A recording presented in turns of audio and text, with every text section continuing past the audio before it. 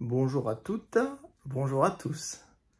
Je suis heureux de vous retrouver pour une nouvelle phrase de la semaine après cette brève interruption estivale.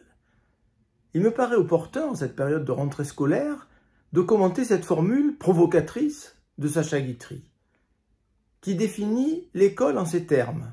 École, établissement où l'on apprend à des enfants ce qui leur est indispensable pour devenir des professeurs. Chacun sait que notre école est en crise. On est tous consternés quand on lit les classements qui positionnent l'enseignement français dans les tout derniers rangs des pays européens. Multiples sont les explications données à la médiocrité de notre enseignement.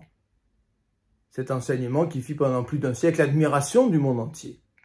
Il n'est évidemment pas question pour moi d'apporter une réponse définitive à cette énigme dans les 2 minutes de cette chronique.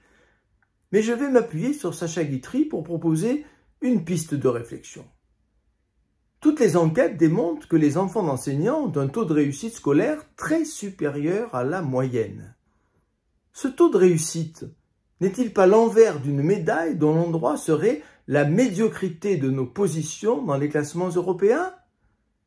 Notre école s'est enfermée peu à peu dans un cercle vicieux dont elle a le plus grand mal à sortir. Elle enseigne à nos enfants, comme le dit Sacha Guitry, ce qu'il faut connaître pour devenir eux-mêmes des professeurs. Beaucoup trop théorique, notre école est organisée par les enseignants et pour leurs enfants.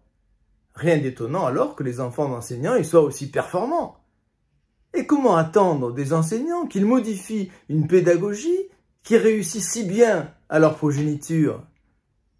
Remettre l'enfant de la civilisation électronique au cœur du système, exploiter les capacités d'initiative que cet enfant sait si bien mettre en œuvre quand il se trouve devant les écrans, inventer des pédagogies adaptées à cette génération que le regretté Michel Serres a qualifié de petite poussette me semble un impératif absolu.